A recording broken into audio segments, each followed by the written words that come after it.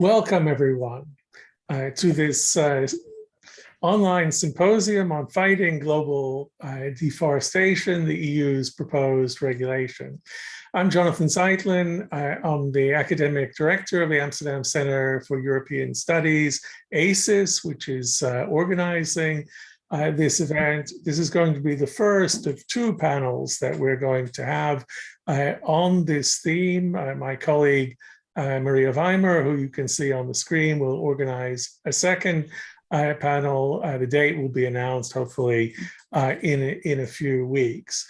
So as I think everybody knows, deforestation is a critical global problem. It's a big source of environmental degradation. It contributes to climate change. And it also contributes to rampant illegality and violations of community rights in many countries. And in November 2021, the European Commission published a proposal for a new deforestation regulation, which is really an unprecedented, path-breaking legislative proposal to address this problem, especially, but not only, as it relates to the European market. Now, we have a distinguished group of panelists from the world of policymaking, of practice, and of research and advocacy to discuss the Commission's proposal.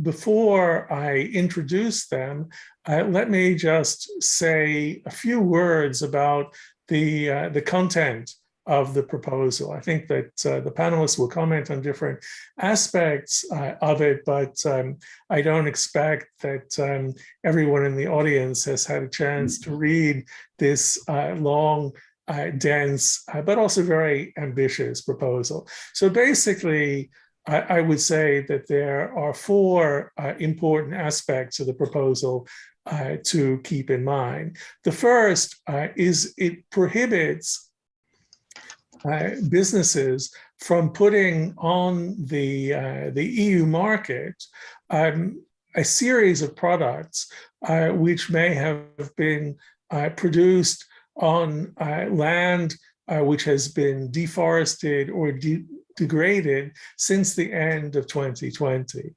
And it also prohibits placing products which have been illegally harvested in their place of origin on the European market. For now, there are 6 important agroforestry products which are covered by the regulation. One is timber, but palm oil, soy, coffee, cocoa, and beef are also covered. There is a debate about whether other commodities like rubber or maize should be covered, and we'll hear more about that as well.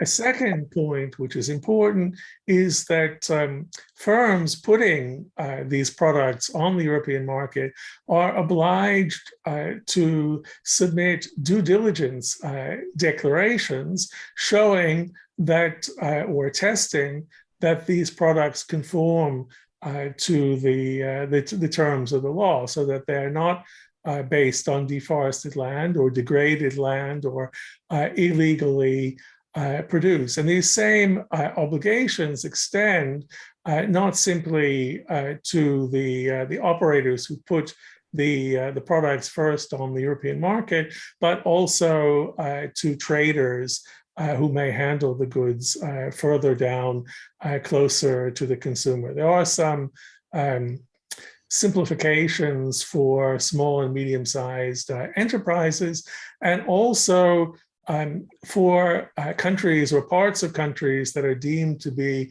low risk for deforestation. So this is the third point, that the European Commission is going to conduct a kind of benchmarking of deforestation risks for, we don't know exactly how it will work, but countries or parts of countries will be rated as a high standard or low risks of deforestation, and that will affect the extent of due diligence that companies are required to follow when sourcing these products. And finally, there is a big step up in terms of the implementation and enforcement requirements for national competent authorities. They're required to conduct checks and investigations of operators putting these commodities on the market. And there are also standard kinds of penalties, including confiscation of the products which are laid down in the legislation. And this all builds on existing legislation for timber, the EU timber regulation, and it promises to close many of the loopholes that have weakened the enforcement of that regulation up till now. So those are the most important aspects of the regulation that we will be discussing. We're going to be focusing in this panel on these demand side measures focused on the European market. We're going to be looking at the challenges and ambitions and potentials that they create for, as we put it, making due diligence work for forests. In the second panel we'll have in a few weeks, we will be looking at cooperation with producer countries on the supply side. So let me now introduce the panelists and then tell you how we're going to run the session, and then I'll hand it over to our first speaker. So as our keynote speaker, we're delighted to have Dilara Burkhardt. She's a member of the European Parliament for the German Social Democratic Party, the SPD. She's a member of the EP Committee on the Environment. She works on climate and biodiversity protection and the circular economy. Very centrally for this, for our purposes today, she was the rapporteur of the Parliament's legislative own initiative report on deforestation, which contributed substantially to the Commission's proposal. She's also the spokesperson on environmental policies for the SPD delegation in the Parliament. She works on migration in their Committee on Home Affairs. And before becoming an MEP, she was vice president of the SPD's youth organization and worked in project management at a Hamburg-based communications agency. Dilara studied social sciences and socioeconomics in Kiel and Hamburg. Our second speaker, Rob Boesink, is a senior policy advisor at the Dutch Ministry of Agriculture, Nature and Food Quality. From 2011 to 2017, he held a similar position at the Dutch Ministry of Foreign Affairs. Apparently, the portfolio moved between ministries, but not between people. Rob has previously served as chair of the European Forestry Commission of the UN Food and Agriculture Organization, the FAO, as well as the International Tropical Timber Council. He studied engineering and tropical forestry at Wageningen University here in the Netherlands. And our third speaker, so first we have a speaker from the European Parliament, second from member state government. Our third speaker is from the private sector. So Ingrid Hontes is an environmental advisor at Fedustria, which represents companies in the Belgian woodworking, furniture, and textile industries. And that now includes wood importers. So she's worked on advising companies on the EU timber regulation I mentioned earlier. Fedustria is an active member of the European Tropical Timber Trade Federation, the ETTF, and of the European Confederation of the Woodworking Industries, CEI Bois. And there she chairs the working group on sustainability. And then our fourth speaker is Alison Hoare. She's Senior Research Fellow at Chatham House in London, the Royal Institute for International Affairs. And she has extensive expertise in international forestry policy, forest governance, natural resource use, and trade. For many years, she's convened Chatham House's Global Forest Governance Forum, and she's produced a series of influential reports on illegal logging and trade around the world. And the latest one is about to appear. She's also conducted research on sustainable investment standards, infrastructure, and climate change. And she previously worked with various environmental and forestry NGOs undertaking research, policy analysis, and project management. Our final speaker, Pablo Pacheco, is the global forest lead scientist for WWF. He's based in Washington, D.C. He supports WWF's global science team and forest practice that coordinates forest conservation actions across the globe. He's also a senior research center, associate at the Center of International Forestry Research, C4, based in Bogor, Indonesia. Last time we saw each other, indeed, Pablo was in Bogor. He has a PhD from the Graduate School of Geography at Clark University, an MSc in agricultural economics, and a BA in sociology. His research focuses on the governance of forests, landscape transformation and trajectories, drivers and dynamics of land use change, sustainable livelihoods, inclusive value chains, and sustainable growth. He's worked, I would say, particularly on the transnational regimes and campaigns against deforestation in soy and palm oil. So we're very happy to have all of you here, and I hope a nice mix between policymaking, practice, and research and advocacy. Here's the format for the event. First, Dilara will kick off speaking for about 15 minutes, and then Rob and Ingrid will each speak for, let's say, up to about 7 minutes. Then we'll have a first round of exchange among the panelists, and then we will open up for Q&A with you, the audience. So you, the audience, will find a Q&A button at the bottom of your screen. If you want to ask a question or make a comment, please type it into the Q&A, but I can also call on you, and if you like, I will, and if time permits, I will unmute you and let you ask your question and make your comment, of course, succinctly yourselves. And then after the first part of the panel, when Dilara will also have to leave us, we'll then turn to Alison and Pablo, and they will each give a presentation of up to 10 minutes, and then we'll repeat the format. So I've gone on longer than I would have hoped, but let me give the floor immediately to Dilara.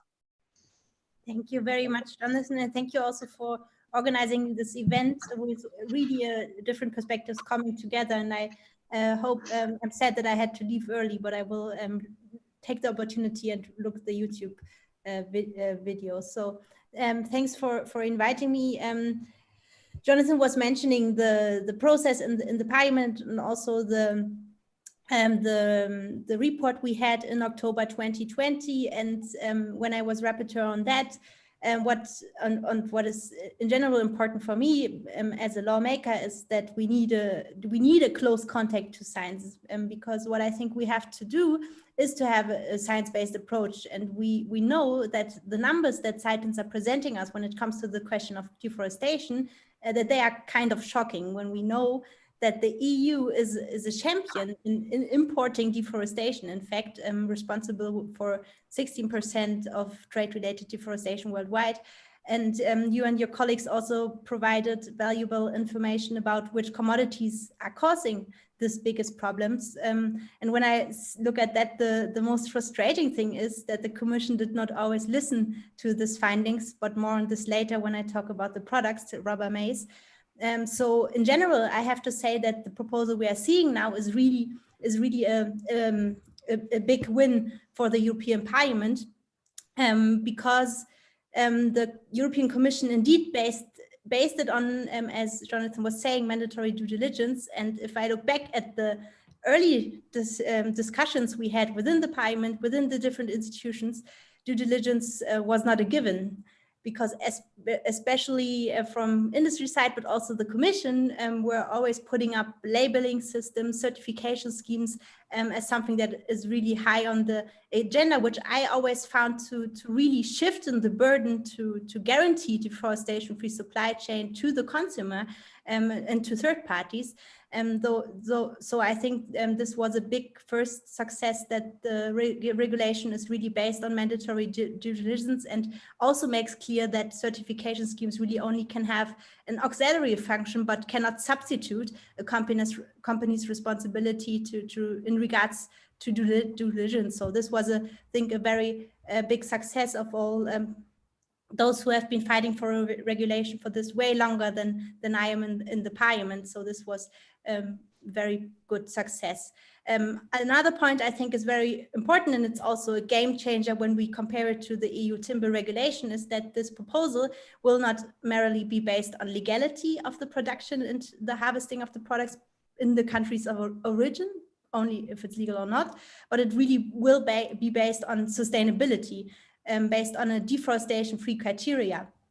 And it also will not only look at forests at the conversion of forests into other land use, but also also already mentioned at forest degradation, which we know is a precursor of deforestation and also bad for the climate and biodiversity. So this also is a big success. And also I think it's good that the Commission actually draw a lesson, and I think Ingrid Hontes probably would say more on that, on the timber regulation, what comes to the question of requirements and enforcement of the regulation, where they put more clear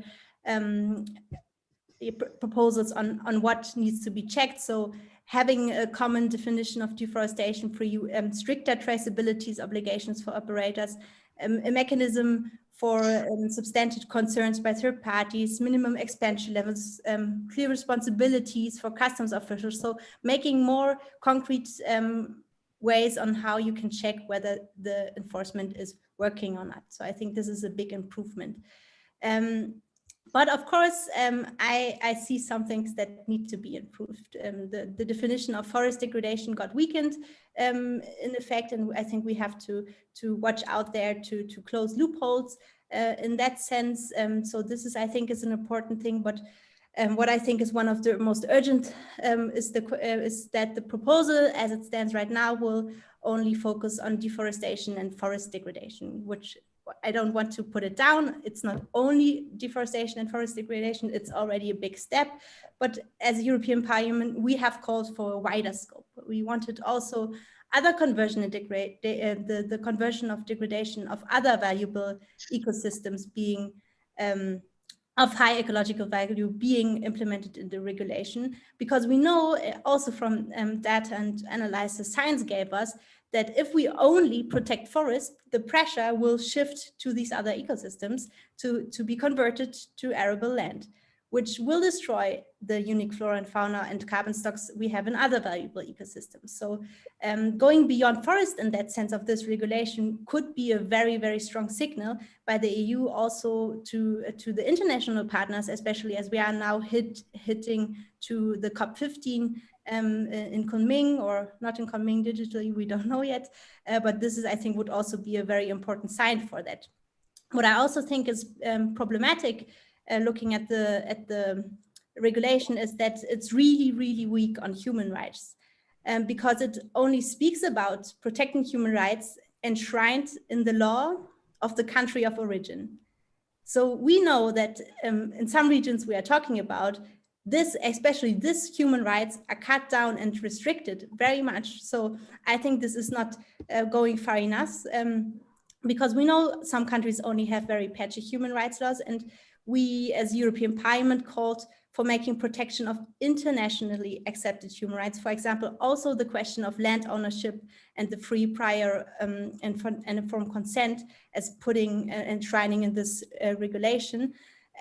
Because I think we have to notice that there are several specific human rights violation also coming to the deforestation situation. And I think this needs to be enshrined, and we want the deforestation regulation to be a law for nature, but also for the people. So I really want to make this point the most important now within the parliamentary process, but also, of course, in the negotiations with the governments. What did I miss? So the first biggest part where I think we have to, the second biggest part where we have to see development is the question of the products vote. It was already mentioned that right now the Commission considers to include palm oil, soy, wood, beef, cocoa, and coffee. And not only the EP thinks that this list is not complete, also the scientific body of the Europe that was asked to deliver the impact assessment, also mentioning, for example, rubber and maize being implemented. Because without this, we would miss important drivers of deforestation. And this is also why the authors of the study, which this proposal is based on, already criticized the Commission for the way they analyze the data. So we have to put this in mind if we don't want this regulation to have loopholes. The same question also comes with the question of derived products, where in the European Parliament we were calling for including all products that are derived or containing forest and ecosystem risk commodities. But instead now the Commission gave an annex with a closed list of derived products that should be covered. And this wasn't the case in earlier drafts. Now it's there. So we also have to discuss about the political motives why this has changed. What I also regret is that the Commission until now doesn't want to include finance in the regulation, although we know that the question of financing deforestation is a crucial one, also coming, especially when we talk about the European footprint on deforestation. So we have to discuss this. And also I regret that the proposal does not entail a clause on liability, which in earlier drafts, again, we had. Now it's not there. We had it in the Parliament's position. And I think offering liability, in a sense, gives a regulation like this teeth. Otherwise, it's a toothless intention of a declaration of intent. And this is something we have to fix. So if these shortcomings, I still think, you always tend to be so negative if you want to talk about improving things, but I think this regulation really is a landmark regulation. And if it comes to place like this, it's already a big step we are doing, but I think it can be improved. I mentioned some of the points, and it could be really a global gold standard in a way. When we have a proposal that is really much firmly based on mandatory due diligence, is linked to the access to justice, is enshrined human rights violation and environmental damage. So I think there's room for improvement. We work on that, and I'm looking forward to the other comments of the colleagues on the panel. Thank you very much for giving me the floor. Thank you, Dilara. You have highlighted a number of issues that I'm eager to hear what the other panelists think of. So I'll go directly to Rob, and he will give us a perspective from an active member state in this area. Rob. Well, thank you very much, Jonathan. Stopping deforestation, well, we will give first appreciation of the proposed EU regulation on their deforestation-free products. Our government last Friday confirmed in the Council of Ministers our position. Maybe we can move to the next slide to give you an impression what our general policy is. Well, the starting point of the Netherlands' national and international policy is sustainable forest management, through an integrated approach that gives equal attention to ecological, economic, and social aspects. In March 2019, we formulated our policy, and the main objectives are halt global deforestation and forest degradation by 2030 at the latest. It's in line with international agreed United Nations Sustainable Development Goals. And the second one is 3% increase in global forest cover by 2030. We need more forest in the future, and more a process goal, because we regard a very important role for the EU, and that's mobilization of the EU. And well, to look at our approach, I like to finish with the next slide. Well, you see Europe. Of course, we have to do activities, to undertake activities in the EU itself. We have last July, we have seen the presentation of the EU forest strategy, planting more trees also in Europe, but also working on sustainable supply chain with the final goal to decrease pressure on forest. And also we can make available knowledge to intensify, for instance, agriculture production. It's called sustainable intensification, because when we can produce the more food on the same area, we also need to cut less forest. Well, that's about our general approach. Now concerning our appreciation of the regulation. Well, we welcome this proposal very much. It comprises not only illegal deforestation, as already said, but also legal deforestation. Well, I don't need the slides anymore, by the way. And also what is very important, it contains a prohibition. I was also engaged in drafting the EU timber regulation, and we had to fight for a prohibition. And finally, thanks to the European Parliament, finally it was also contained in the regulation. And now it's already a starting point. So we are very thankful to that. Well, the Netherlands is a strong promoter of sustainable and deforestation-free production. One example is the Amsterdam Declaration Partnership, in which we cooperate with 9 other countries. And our overall ambition is deforestation-free sustainable commodities. Furthermore, we are also aware that the Netherlands is, for many products, the gateway to Europe through the port of Rotterdam, and that gives us a special position and responsibility. Well, before I go into details of the regulation, we think, first of all, that stopping deforestation needs a broad approach. The growing environmental problems confront us with huge global challenges. Chopping deforestation and forest degradation is an essential, important part of these challenges, and therefore we have encouraged the Commission in the past to come up with an EU action plan to stop deforestation and supportive measures. And in July 2019, we welcomed the UE Commission's proposal, communication on stepping up action to protect and restore the world's forest. And the current regulation is one of those measures resulting from this communication. And this communication, but also other publications, make clear that we need also to broaden our focus from stopping imported deforestation to stopping deforestation globally.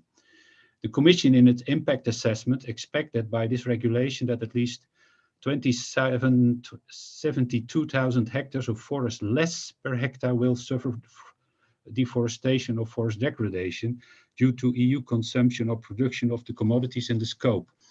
Well, and we know that annually 10 million hectares of forest is disappearing, so we definitely need to do more. And definitely deforestation is not only a result of our imports, but also due to a growing world population striving for economic development with increasing welfare and food consumption. Jointly, this results in more extensive and often animal protein-rich diets that lay extra claims on available land and other natural resources. Therefore, we need such an holistic approach. And also our new minister conveyed this message during the last Environmental Council. Well, then I go more into detail. Definitions. Well, definitions in these regulations need to be clear. It has already been said. For instance, forest degradation need to be defined very clearly, but also a definition on negligible risk. And that's also based on the experience we had with the EU timber regulation. Because clear definitions are basis for an effective and fair implementation and enforcement. Otherwise, we get some problems when member states can interpret the definition in different ways. Then about the scope. Well, we understand the choices being made by the Commission to limit it to forest and the current product scope. Also to achieve a quick implementation of the regulation, because we have seen that already the EU timber regulation took quite a lot of time to being implemented, and now we have to deal with much more commodities. But of course, we should also avoid that because of this regulation, conversion of forests will move to other ecosystems, as already been said. So we like to get more insight of the Commission's considerations on this. And if extension is not really possible at the moment, then we urge the Commission to undertake now already the necessary preparations for the evaluation to be able to include these ecosystems quickly. Well, the same applies to rubber and mice. We have the same questions as just been said, and we also ask the Commission to explain it more, but we also need to look at other products which are coming up. Avocados, for instance, are also contributing to large areas that are being deforested in Mexico. Well, furthermore, we like to have a fast entry into force. I think that's also important. The consumers expect that we have now this regulation and we can't wait 4 or 5 years before it becomes operational. So we need also to find a balance between fast entry into force, which is effective, enforceable and implementable. But on the other hand, we like to cover also all ecosystems and products, and we need to find a balance between those two. Well, what we also experience is that this regulation need to be effective, what I said, implementable, enforceable, because we like to avoid that this regulation will be interpreted in different ways in member states. We have seen that with the EU timber regulation. We have in the Netherlands quite a strict enforcement, and we see that trade routes then move to other countries. And for instance, teak timber is imported through, I don't mention country names, but through other countries which have a lower level of enforcement, and that we should definitely avoid in this regulation. Then concerning which actually the core of this regulation, that's the due diligence system and possible leakage. Well, regarding the due diligence system, the starting point for the Netherlands is that there is absolute clarity about definitions, what I already said, that can be only interpreted in one way. And that's important for the same way of enforcement in the member states and from legal and justice point of view. Everybody should be treated in the same way. Well, I mentioned already which definition I mentioned, but we also think that for a successful implementation of this regulation, it is important that this due diligence system is coherent and compatible with other international initiatives like the OECD guidelines, guiding principles on business and human rights for international operating companies. This is very important so they can contribute to a more easy implementation of this regulation. And what we also still asking the Commission, I thought that this week the directive on sustainable corporate governance will be published, and that relates very much to this proposal. And we like that there is a coherence between this regulation and the directive on sustainable corporate governance, which also applies due diligence on companies' activities. And it must be avoided that different requirements lead to stacking of obligations for corporations and market operators. Well, and then what I said already, leakage. The Commission proposed to work with low-risk countries and high-risk countries, just to, which is, I think, also based on the evaluation of the EU timber regulation. But we should avoid that production moves from high-risk countries to low-risk countries. But we should focus on helping those high-risk countries to make the production more sustainable. But we should also make very clear how to mitigate risk that deforestation-related products are entering the internal market. Because we have strong demand-side measures, we have also strong supply-side measures, but what happens in between? Because there's no really a place for recognition of current certification schemes, and we're wondering how we can solve that. We have to work with geolocations, where has it been produced, but how can that be traced back or forth to the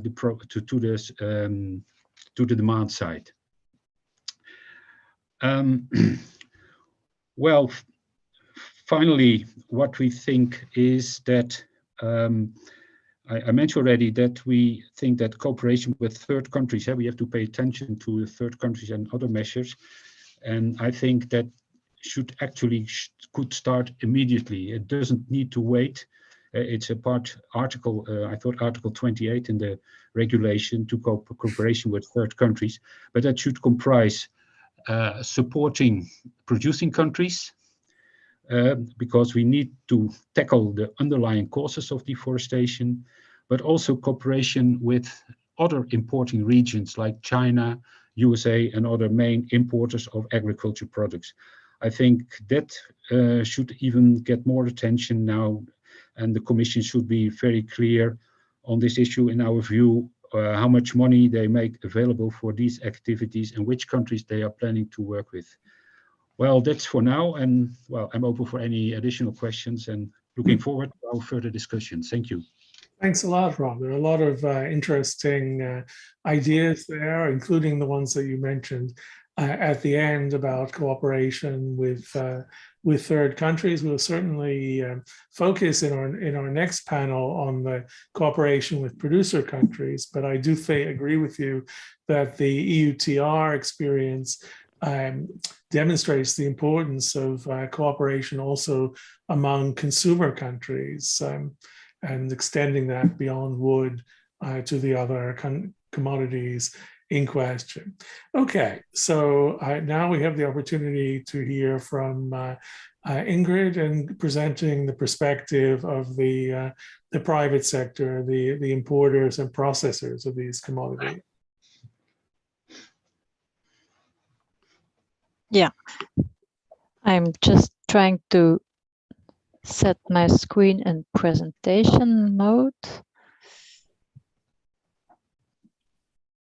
Okay, there it is. Thank you for giving me the floor.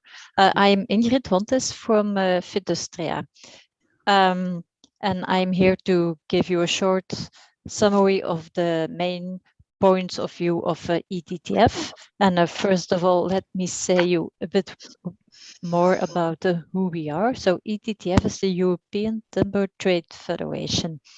ETTF represents timber importers, distributors, and traders, and they have 15 member federations in 12 EU countries. And so one of the member federations of ETTF is Fidustria, where I work for. We are based in Brussels, and Fidustria is the Belgian Federation of the textile, woodworking, and furniture industries.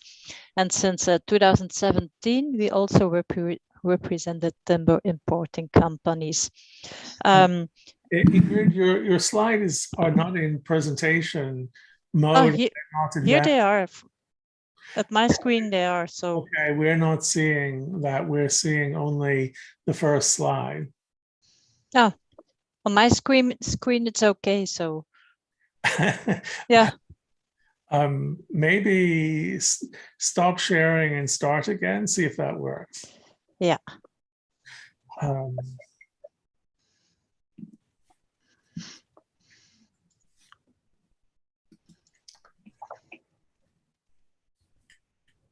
So try again and see if you can get it to work. Otherwise, I can also try to share your slides on your behalf. Let me see if I can just quickly locate them.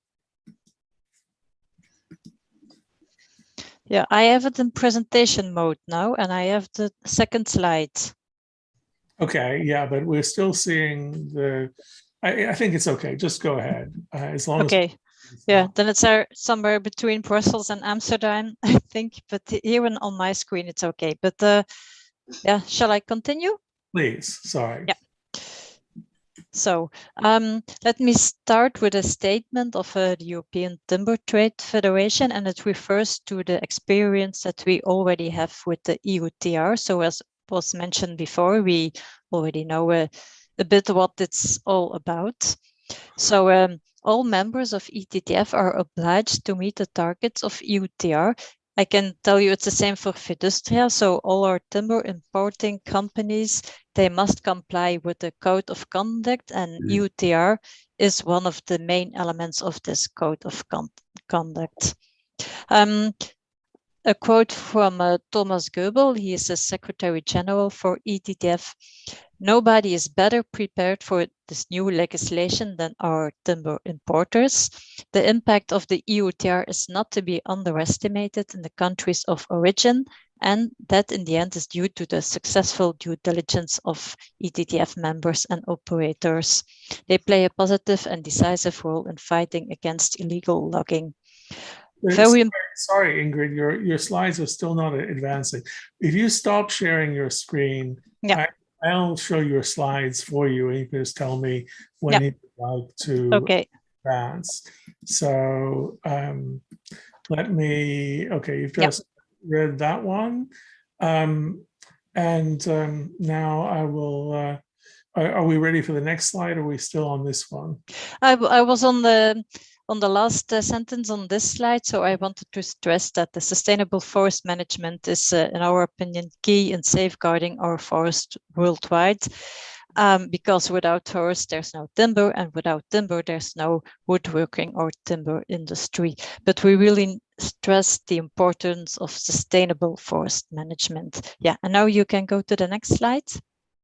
I was asked to give some first thoughts on some key topics out of this new legislation, this new proposal. So first of all, the country benchmarking system, in our opinion, it's not at all a good idea, because suppliers of timber need to be judged on their efforts and not on the country where they are located in. We don't see any incentive for producers in so-called high-risk countries to invest in certification or sustainable forest management. Why should you do all those efforts if you're on a blacklist, let's say? So a trade with those countries will be discouraged. Why should you keep investing in sustainable forest management? So we fear that suppliers will change to less demanding markets. Another example, how to deal with countries that want to become fully certified, for instance, Gabon, but with a low corruption perception index. How will those countries be assessed? So we have lots of questions with this country benchmarking system. And we really believe that the suppliers, as I already told, need to be judged based on their efforts, on what they do in real life. Otherwise, they will stop investing in sustainable forest management. Yeah, next slide. Yeah. The new item on geolocation data, we asked our members, and it's technically not possible for most products, especially not for processed products. There are a couple of reasons. For instance, many companies in the wood processing industry, they buy wood from forests in different regions or areas. Small forest enterprises, they often work together, and in this case, it's also nearly impossible to collect precise coordinates over a wider area. So all in all, suppliers, they often cannot provide these data, and it will be very hard to convince them. And once again, suppliers, they will change to less demanding markets. So as the previous speaker already said, it will be very important to work together with other consumer markets, because if we raise the bar too much, then suppliers will go to other markets. Yeah, next slide. Then also a very critical point in our view is that the obligation that is in the new proposal for traders to perform due diligence. So for us, it's very clear. It's the operator's job to implement a due diligence system and to provide the necessary and appropriate information to the traders. And if the operators do their job well, and if they get inspected, there's no need at all to burden the traders with a due diligence obligation. So it all starts with a better and uniform implementation of what we know now of EUTR and a better enforcement in all countries. You would oblige traders to conduct due diligence. This would lead to a situation where intermediaries are eliminated, and it's most of all a matter of confidentiality. So this is a very difficult point for us. And then the last slides, I think. So what we ask for, my conclusion. So for us, the inclusion of commodities from palm and soy, etc., is a very good step forward. It's the right step forward. But regarding timber, we have some suggestions for this new regulation. And all in all, the last year there was the EUTR fitness check, and our comments that we raised at that point, they more or less stay the same. So as I already heard several times this afternoon, the scope really should be extended to all wood and wooden products. We keep asking for a clear recognition of third-party certification schemes. As I already explained, the concept of country benchmarking, it's no good idea. As already mentioned before as well, we need a better and uniform enforcement by all EU member states of a EUTR. We need clear guidelines for operators, and now in a EUTR, there's a green lane for flagged and CITES products, and we want those green lanes to stay there. So I think that this were my main points. I thank you very much for listening, and yeah, I'm here to answer your question. Thanks. Thank you very much. So now we have an opportunity, first of all, for a first exchange of views among the panelists, and then also for some Q&A with the audience. I have one set of questions in the Q&A, so I encourage other people to put your questions in. I think I'd like to give Dilara back the floor first. I think it would be also interesting to hear your views about some of the practical issues raised by Ingrid about country benchmarking, certification, geolocation, and the inclusion of traders. I think there's something to be said on each side of this.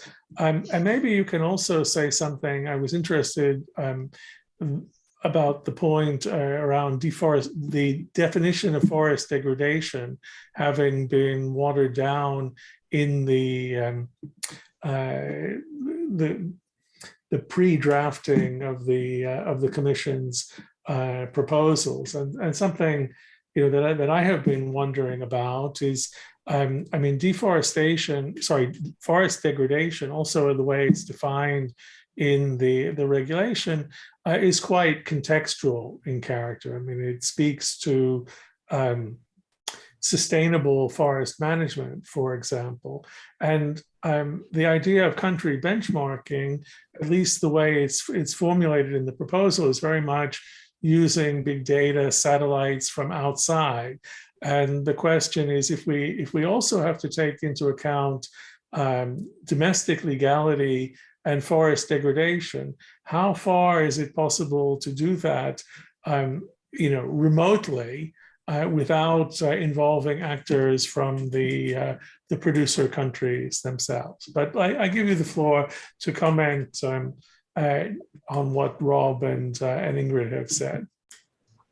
Thank you, Jonathan. Well, I mean, when it comes to the benchmarking system, I can keep it kind of short because I share the same specificnesses some of the other panelists said, because we don't know yet how it should be implemented, and what it it's very not going into details in the proposal. So I would also put some more questions on that. For example, I think the theory sounds interesting, that you can really concentrate also to put the burden to perform due diligence on those who have the most risk dealing with it, and not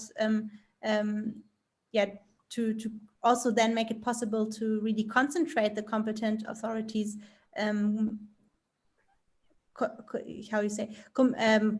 possibilities to check on the regulations. So I think this is a core question, that there could it could be a helpful tool, but it also could provide loopholes, because I really much share that maybe it cannot be all seen from afar, and you need cooperation with the countries of origin to also understand the situation on the ground, and you need also to have the knowledge. So I think in interest, in theory, the instrument sounds good, but I would also have questions on if it really helps in putting the regulation in practice. So this is what I'm also wondering, and I also wrote down the questions of Ingrid Hontes and Rob Bussing concerning that, because I think we also have to ask the Commission on how they want to implement it. So this would be the first thing. Then you also wanted me to comment on the question of, it was, sorry, well, certification. Yes, the certification, yeah. I mean, I see, and I talked to a lot of different industry actors on that certification schemes are a helpful tool to find the orientation and to work with the risk commodities. So I think they are, and as the Commission put it, they are an important auxiliary tool. But we are talking about commitments on due diligence that have been on the market, I say, for quite a long time. And we always had the voluntary commitment to fulfill them. And we see until now that this doesn't lead to counteraction and to really also to fight deforestation. In fact, the opposite, we are seeing the deforestation rates growing up, the demand of risk commodities growing up, and we didn't see enough actions.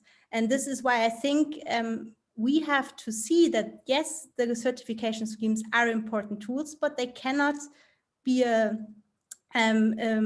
something that, like a free ride ticket you can buy in order to don't do the obligations that need to have been done for sustainable and responsible economic actors. So I think this is something that we have to ensure in this regulation, and this is something that is, I saw the question in the chat, it's really a system change, because we don't see that the voluntary action has worked, and we now make due diligence be something that you cannot only write in a responsible business conduct working code, but you have to also really make it, otherwise you would break the law. So I think this is an important tool, and I don't want certification schemes to be a ticket to buy off of this responsibility. I have to be honest on that.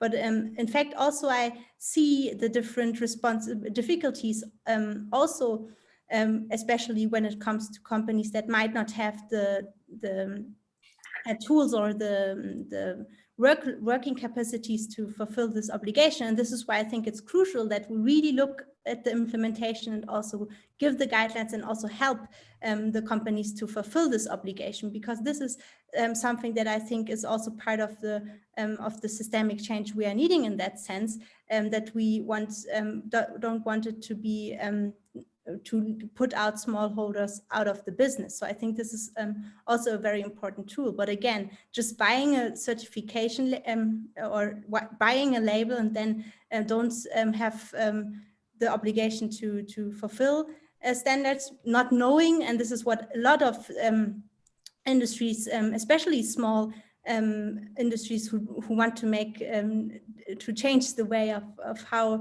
the work with commodities of risk origin work, they always tell me that they cannot be sure about the certification schemes and they don't trust them. So they would be grateful for some law enshrining the criteria that are put down in the certification schemes to have some security, especially when they are not directly in the concluded or not able to trace back their supply chains. So I think it's something that we have to keep up, and I'm happy that the Commission went in our direction on that sense.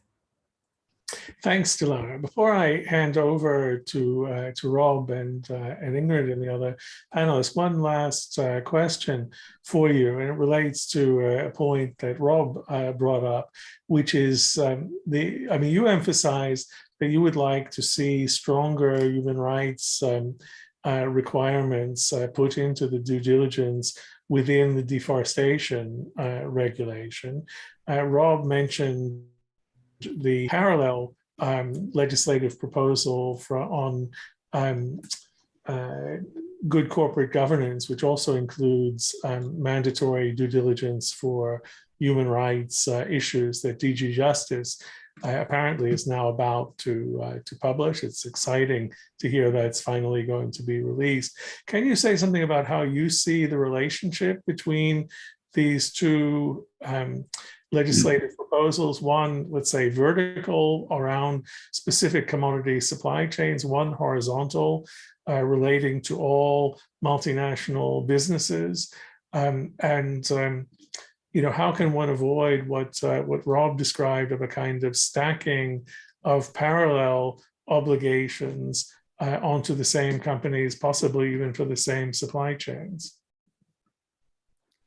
Yes, I think what Rob mentions about the currents between those both proposals really in fact, but we also have to see that the deforestation regulation goes in any case beyond what is demanded in the CS corporate responsible regulation, because we know that it won't be connected to the excess of the EU market, and this is a big difference that has the deforestation law in comparison to that. So this is why I think it's important to also make it current to the horizontal approach to implement the human rights in the forest regulation, as it needs to be current on that sense.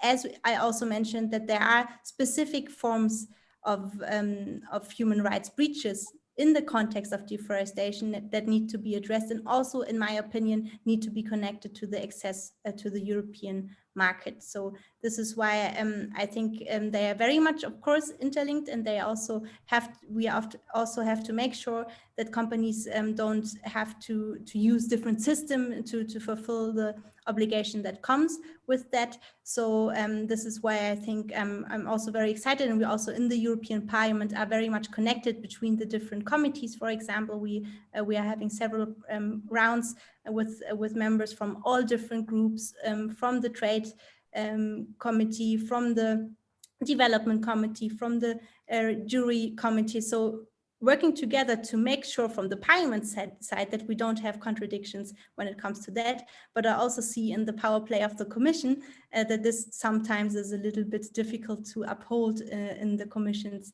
proposal, as we see, especially in some parts of the deforestation regulation. For example, when it comes to liability, we had a lot of pressure coming from the Commission. But I also see that I'm already, my assistant is calling me. I have to leave at 4. I'm so sorry. But if there are any questions left out, and to stay connected, you are also free to contact me. I can write my email in the chat. Okay, thanks so much, Dilara. It was wonderful to have you with us, and you'll be able to see the recording, and we'll stay in touch. Thanks again.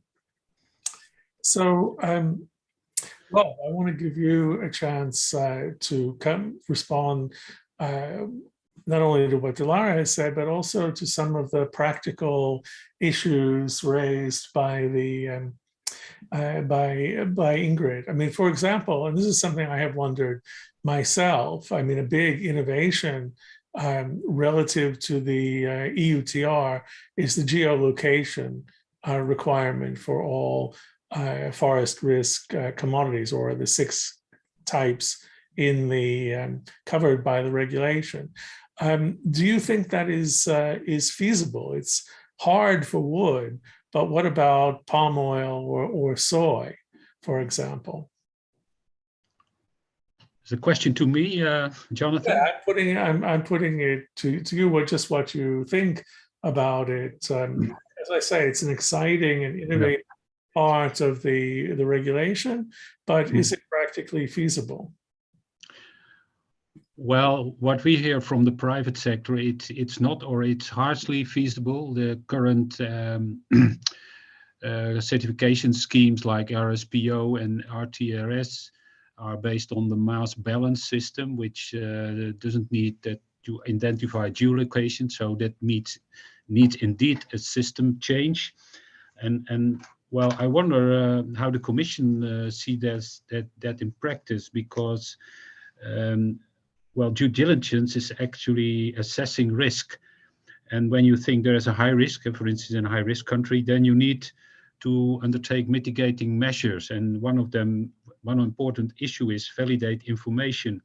And I was wondering, how can you validate from shipment of soy, maybe composed of several sources, that it is coming from the geolocations that are maybe on the shipping documents?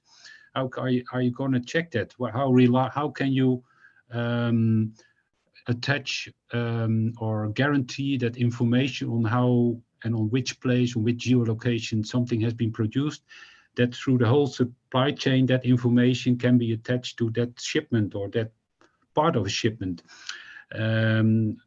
Well, for food safety reasons, then we know from which piece of meat, from which cow it is coming, but this is of course a quite different commodity. And even for timber, it's more easy because you can identify the tree species with the DNA and with isotopes. You can also make a guess from which region it is coming. But from those other agriculture products, I'm not an expert on this, but yes, I have no idea how to guarantee it. So that is at least one of the questions we have, and what we will do until now, because now everybody pay hardly any attention. I thought WWF doesn't recognize any longer RTRS or well, how we can proceed further without any system to guarantee this. That's actually the question we have. Yeah, it's an interesting question. Maybe I will also in a moment give a chance to Pablo to comment on that, because I think of the panelists, he's probably the most knowledgeable about palm oil and soy, which are probably some of the commodities where this is a particular challenge. But first of all, Rob, are there any other issues that were brought up by Ingrid or Dilara you want to comment on? Well, concerning the recognition of FSC and PFC, we have always said in the EU timber regulation that we don't like to create a green lane for certain certificates. The responsibility should stay at the market operator. He is responsible to bring a legal product, and in this case, a deforestation-free product on the market. And of course, he can make use of existing certification schemes to reduce risk, but that could be validated, but it's not. It should not be in place of due diligence, because also certification schemes are a private sector initiative and important, but they can't take the responsibility fully of the buyer. So he stays responsible. So even we have noticed that also sometimes timber accompanied with a label from FSC or PFC is coming from an illegal source. And so yes, we are not in at least I don't know how we finally deal with this regulation on the issue of certificates, but in the EU timber regulation, we are not in favor of a green lane. No, the Commission actually conducted a separate study, which was commissioned from Preferred by Nature, previously NEPCON, which actually works a lot with certification. And they concluded that, just as you said, that certification is a valuable tool, but it cannot be relied on as definitive evidence of compliance. And I mean, for example, in the US, all the major Lacey Act enforcement actions against illegal timber have involved companies which either were FSC certified or claimed falsely to be FSC certified. So for that reason, also the EUTR flagged expert group from the competent authorities has always advised against treating certification as legal evidence of compliance with the legality, and the same issues would arise with sustainability. But now I want to give Ingrid a chance to respond to the various points that have been made, and then maybe we open up to to some of the questions from the audience. There's some very well informed questions. Yeah, at this moment, I don't have much feedback to give. I think it's all very clear, and yes, of course, we ask for a clear recognition of certification. We know that there will be no green lane, but it should be obvious and clear what you can do, what you cannot do, and yeah, we keep stimulating the use of certified timber. We also stimulate our members to go to certified timber. At least it's a good tool, and we try to use it as much as possible. Yeah. Okay. Pablo, maybe I can just ask you to say something on the geolocation issue. Yeah, no, that's something that I was going to touch on during my intervention, but I think that there have been developments on traceability on the palm oil sector, and also we have experiences on how to control or verify that expansion on soy, for example, in the Amazon with the soy moratorium.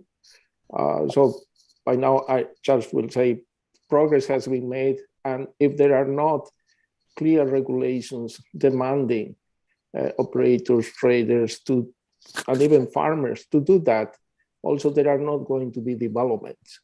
And something that I wanted to ask to Ingrid as well is, what are the common denominators? Now, we keep saying that timber is a quite specific commodity, and that different and additional requirements should be applied to soy on oil palm.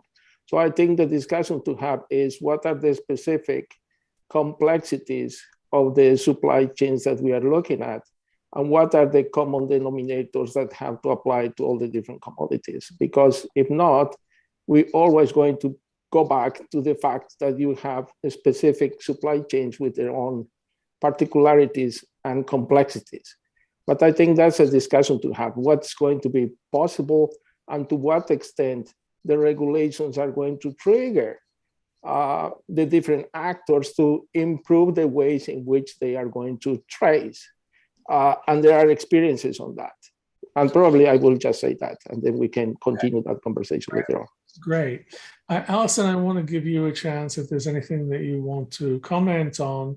And then I think, because we're running a bit late, I will go straight into the presentations by Alison and Pablo, and then we can address the questions that have been raised in the Q&A after Alison and Pablo's presentations. It may be that they also will speak to some of the issues that are raised. So Alison. Yes, there's been a lot of interesting points made. I think just following up on the comments made about benchmarking, I think it is a very interesting approach. At the moment, it's not clear enough. I think there need to be much clearer criteria.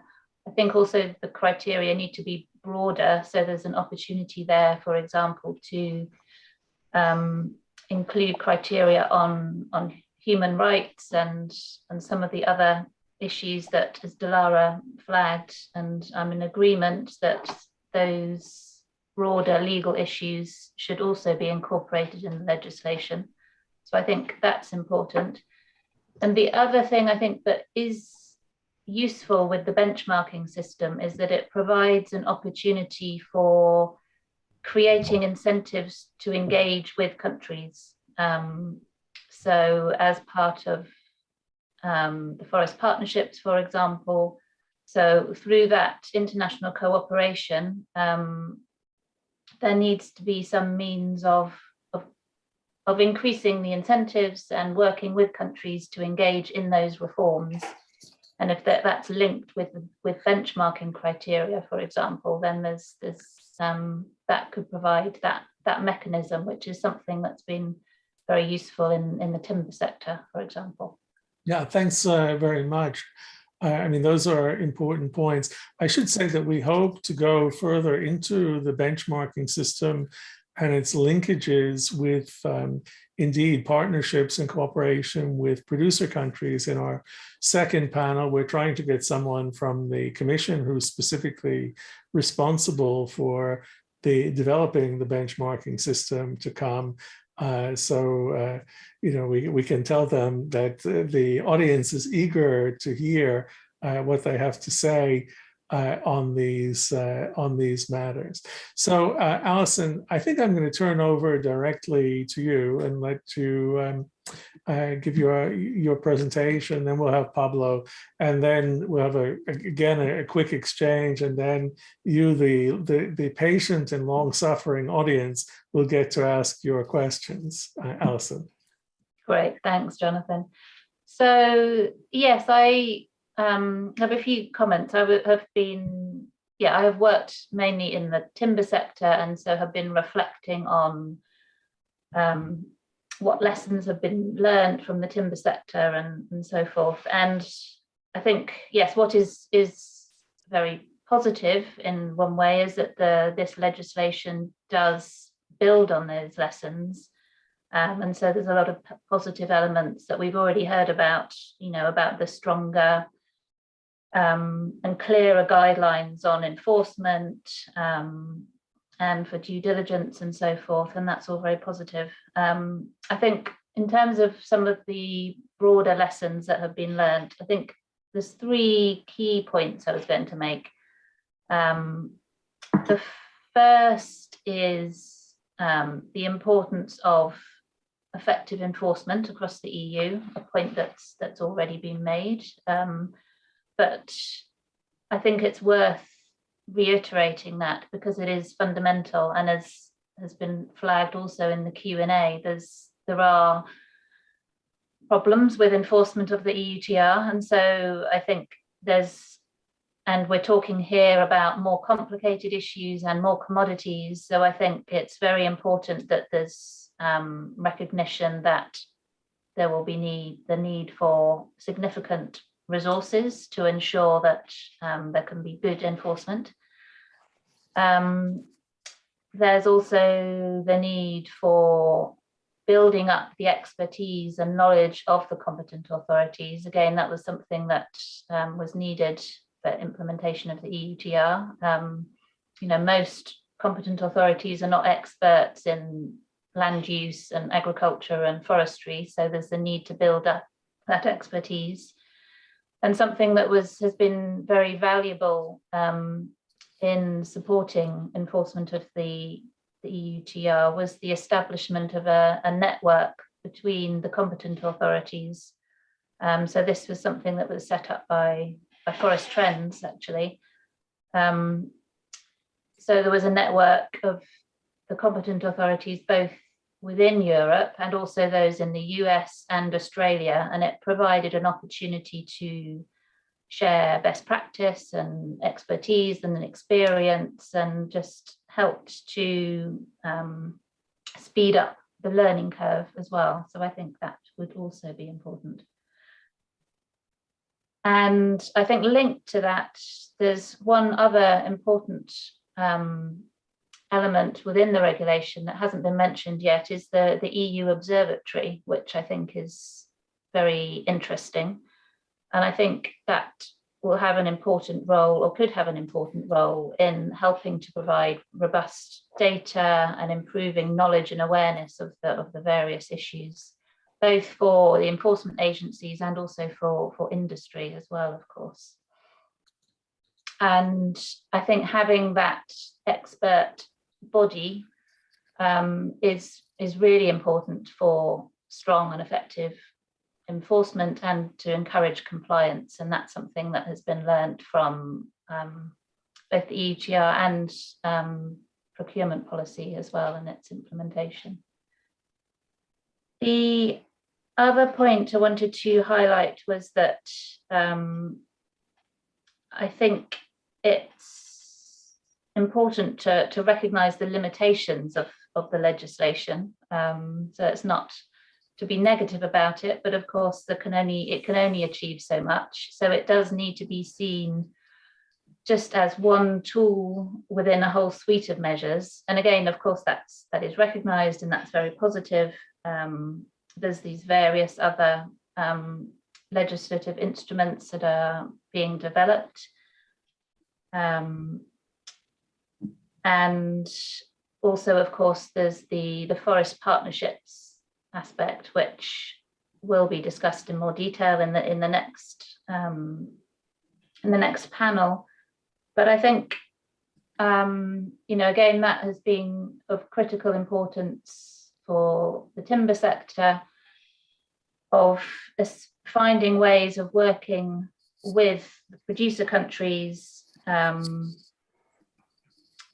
in helping to address some of those governance challenges. And so that's an important means of also dealing with that issue of leakage as well, of course. Of the risk of shifting trade to other markets, and also of course of helping smallholders and trying to reduce the risk of them being excluded from the market. And I think specifically within the legislation, it will be important that there's the forest partnerships and the legislation are very clearly integrated, so that there's sort of hooks or incentives to encourage engagement in those partnerships. So whether that's about having, so that partnerships can be a way of encouraging countries to meet the criteria for becoming low-risk countries, as well as reducing the risks of deforestation and so forth.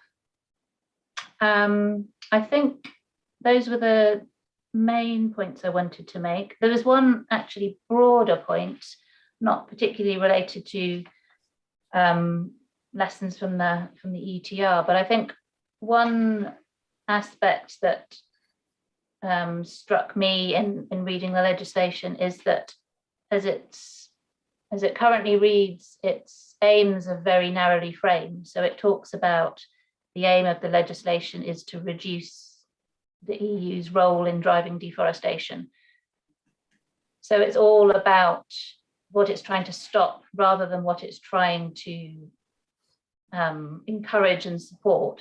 And I think that's the risk of that is it sends the message, I think, to producer countries that the priority for Europe is simply stopping deforestation, and that there's less priority being given to rural populations and to economic development in poor countries.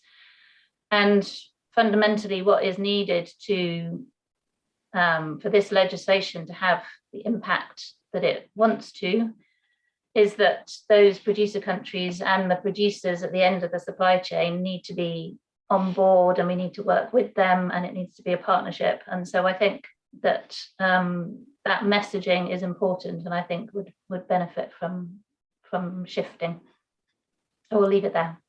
Thanks, Alison. Those are very important points, I would say, especially the last one. I mean, I don't think it's completely fair, but one negative way to read the proposal is that not only is it concerned with deforestation in a narrow way, but it's concerned with reducing the EU's deforestation footprint in a narrow way. I mean, the risk is, that commodities imported to the EU are not associated with deforestation since 2020, but that may not stop continued deforestation and export of those commodities to other parts of the world. And there, as you say, working with other consumer countries on the one hand, but partnerships with producer countries are really critical. Okay, Pablo, I turn it over to you, and I know you have some slides, so please go ahead and share them.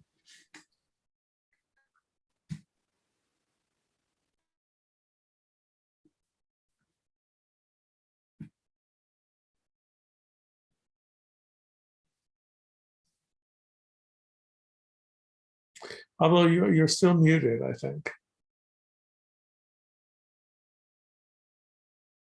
Okay, can you hear me now? Yep. Okay. Part of what I wanted to share with you is that, and the message is that deforestation is a very complex puzzle. But anyway, what the EU is trying to do is a very critical piece in that puzzle. And why is this? Because deforestation oscillates over time. And deforestation fronts evolve also over time. And I think the best example for that is Brazil, that was able to slow down deforestation, and now deforestation is growing again. And the inverse trends is that Indonesia, deforestation was higher in the past, deforestation is slowing down, but nothing ensures that deforestation will not keep growing in Indonesia. So the world has lost 420 million hectares, 10 million hectares per year is what's estimated now. And a small portion of that is associated with these forest risk commodities that are entering the EU market. So also we have to take that into account, that as Rob was saying, deforestation is a global problem. It's much bigger than what the EU can do, but the EU contribution to slow down deforestation can be a very important piece for that.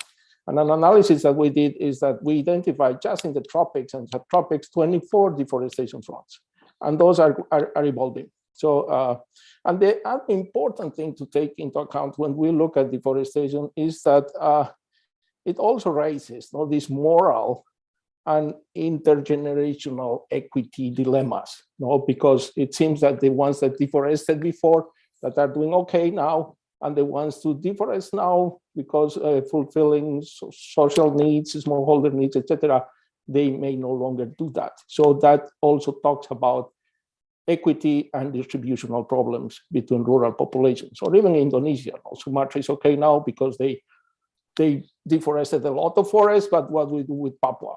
So I think we have to consider those topics as well. The thing with the commitments, we have seen this rise of voluntary commitments, but also I think the agreement now is that they are not enough. But also most progress has been done in some of these sectors and less progress in some other sectors. And I think that raises, again, this issue about the specificities of the supply chains. And as we know, mainly commitments downstream the supply chains.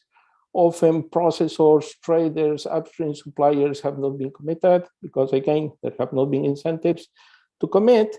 And but I would like to raise three things related to these commitments. I think they made visible the importance of building more transparent supply chains. The second is that it's important to invest in the upgrading of the supply chains, but also investing in the smallholders. These companies will never achieve commitments if they don't invest in their smallholders. And also the need to overcome institutional challenges. And the main institutional challenge that we see all over the place, and this is a common denominator, is on tenure, and unclear tenure and secure tenure, or farmers just encroaching lands and they don't have security on those property on those lands. Let me continue. And I'm referring to the traceability and risk mapping. And I think it's because even though these companies that made commitments to zero deforestation, they didn't achieve the targets. But I think a benefit from that process has been that we have been seeing that the traceability systems, tools, ideas for mapping risk and trying to understand the characteristics and configurations of the supply chains, they have been growing over time. And they have been leveraging on the information technologies. It's open and more accessible data, high resolution remote sensing data, but also remain challenges. And I think these efforts that have been taken so far, also they have made visible the challenges that we are facing and the needs that have still to be developed regarding traceability and making these systems a bit more accessible and cheaper for players in the supply chains or processors or mills that they want to trace their supply. And I think there's the thinking and the assumption that probably is the right assumption to make, that the EU regulation, if there's ambitious enough, will likely induce the development of more efficient traceability tools. If there are no regulations or the motivations to do that, we will never think that these tools will keep developing. And as I said, the deforestation-free commitments, they trigger initiatives, and we can see these initiatives across these supply chains. But as I said, institutional challenges persist linked to the traceability of supply that have to be overcome. No, for example, when we look at cattle in Brazil, no, and I think the main issue that we have with cattle is that cattle is still justified, or is still used to justify ownership. So it's the most cheap way how you can justify your ownership, and this is triggering land speculation. And much of deforestation in the Amazon is not necessarily coming from the very well-established, consolidated agricultural frontiers, but it's coming from areas in which there's land speculation going on. And also, we have seen that with the initiatives and the cattle agreements in Brazil, it has been quite difficult to control, or trace, or verify the cattle coming from the indirect suppliers, which are often the non-compliant. And what has been happening is that there's this laundering of cattle, cattle that is moved from non-compliant properties to compliant properties, which are often the direct suppliers. So there's these movements which have been difficult to control. But at the same time, there have been initiatives from NGOs and consultancy groups who have been developing systems trying to find ways how to at least triangulate and try to detect from which cases there is there's this cattle laundering. And also an important initiative in Brazil has been the development of the monitoring protocol for cattle suppliers that has been agreed in the Amazon and is being negotiated in the Cerrado. With soy, I think the most interesting thing to mention on soy is the effectiveness of the soy moratorium and the monitoring system that has been developed around soy moratorium. Again, if the soy moratorium would have not been put in place, probably we will not have that system to monitor soy properties in the Amazon. And now we have the system that every year there's this report. I think soy is a different case because we are talking about large properties. Probably it's easy to identify which of these soy is not compliant, is still associated with deforestation, and still there's not reporting on volumes. But I think soy has proven being an effective monitoring tool, works at a very large scale for the entire Amazon, and the costs are relatively low of controlling that soy. And because of the effect of this, I think the soy that is producing deforestation in the Amazon has been just 2% of the total. But the problem has been that many of the investments and processes of land speculation, etc., they shifted to the Cerrado. Also, we solved the problem in the Amazon, but then there's this problem in the Cerrado.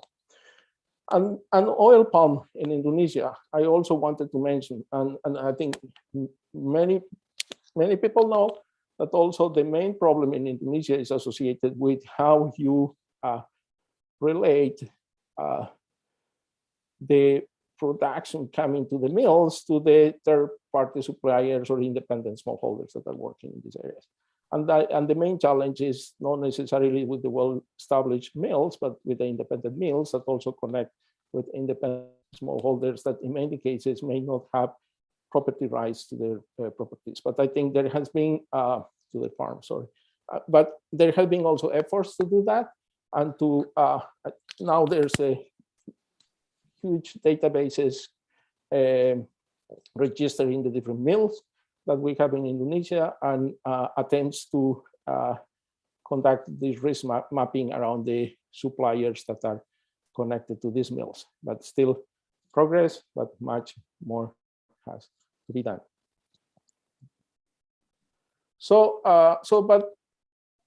And also I wanted to connect with the big discussion. So if, in spite of all these attempts to halt deforestation, where we are failing, and I think in my view we are failing because for many different factors. Now, one is that we have to rethink that, and we have seen very often that agricultural expansion is the main source of economic growth.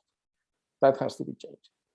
Also, there's needs to, along with improving these constraints on deforestation, to provide the means, and this has been said, for the transitions to more inclusive rural development.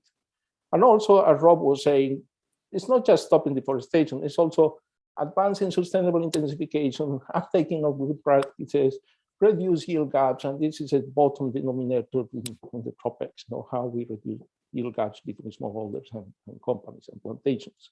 And these hard constraints, and I think there's more accepted these hard constraints that they have to be in place. And because putting hard constraints has been work, and that has been the case with the moratoriums, the soy moratorium, but also the peatland moratorium in Indonesia. I will not repeat all the good things that this EU proposed regulation is bringing. I also highlight, as Alison, this EU observatory that could be an interesting way also to contribute stakeholders, different groups, and actors in the supply chains to understand better what's going on with high imagery resolution, etc. And this idea of the partnerships that is not the main focus of this session now. So again, when looking at the EU proposed regulation, I came up with 8 points that I think are important in my perspective, and I wanted to make. One is around this, it has been said repeatedly, around the need to move beyond forest and include other natural ecosystems. And this is important because why? And this is the case of the Cerrado, for example, and colleagues conducted this analysis. When you take into account the FAO definition of forest, and when you look at the Cerrado, only 20% or a quarter of the total ecosystem is comprised by the definition of forest, according to the FAO. But you have an important portion of savannas and natural grass formations that are not going to be included in the EU regulation if we just narrow down the scope on forest using the FAO definition. And that's a big risk because conversion is going to continue in the Cerrado. So that's the importance of just looking beyond forest. If not, we are going to end up with arbitrary delineations about the scope, the geographical scope of the regulation.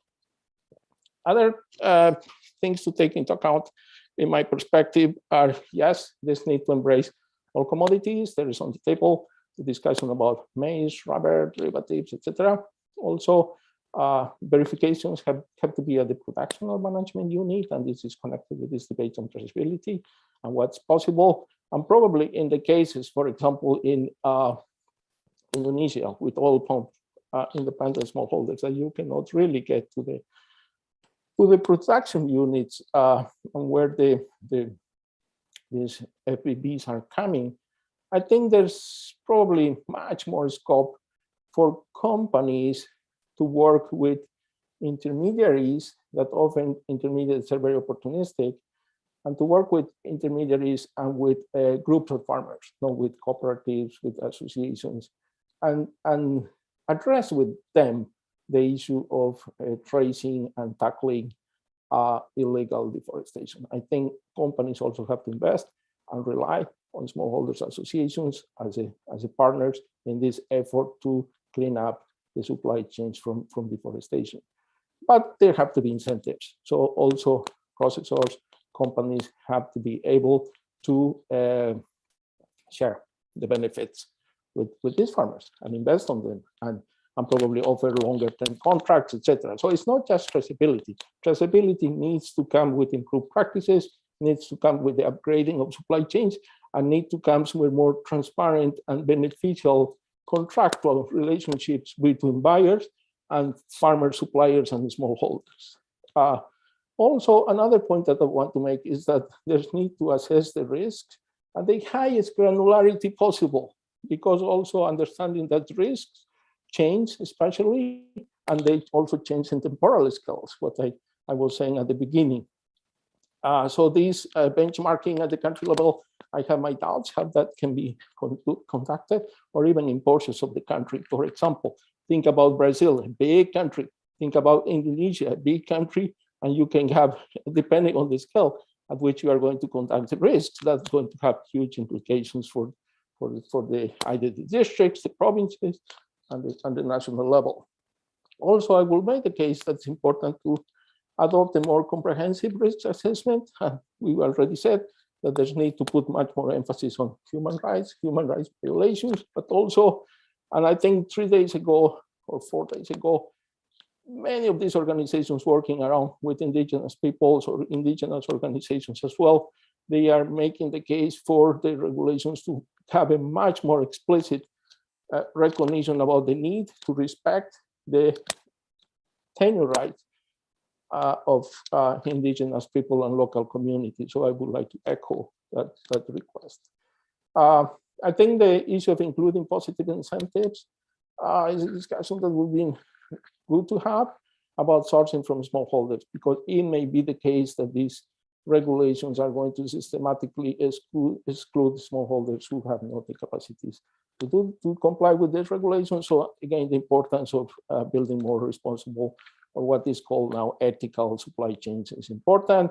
And I would say not to wait too long to evaluate the impacts that the regulation is going to have on IPLC, indigenous people and local communities, and smallholders. The regulation is talking about 5 years, and I think probably it's too long to see what are going to be the impact of this regulation. So let me keep moving. So this is one step in a big problem that's much more larger, as Rob was saying. So, and also we have to take into account that the number of commodities that are triggering deforestation is growing. It's not just globally, so it's not just circumscribed to these seven commodities. This list is going to grow over time. The share of the EU market linked to forest risk commodities is also decreasing over time. So there are other economies that are going to be more responsible about the problems. And also, but there are opportunities. Now, these Glasgow declarations, the NDCs are also including commitments on deforestation. And again, the role of domestic and regional markets is going to grow. So the need to partnerships with producing countries. And something that we really have to take a particular attention to is that land is the ultimate commodity. And I think land speculation is going to keep triggering forest loss. And putting this in the context that other natural ecosystems are also going to be targeted by large-scale conversion. They are already. The Chaco, the Cerrado, the Great Plains, probably is going to be Miombo in the future. So that's why this discussion on deforestation also has to be connected to discussion on halting forest conversion. So thank you very much. Those are some points that I wanted to make. Okay, thanks so much, Pablo, for this both very broad and very deep presentation, which really goes into many of the important issues, and also for coming up with these 8 points that should be kept in mind.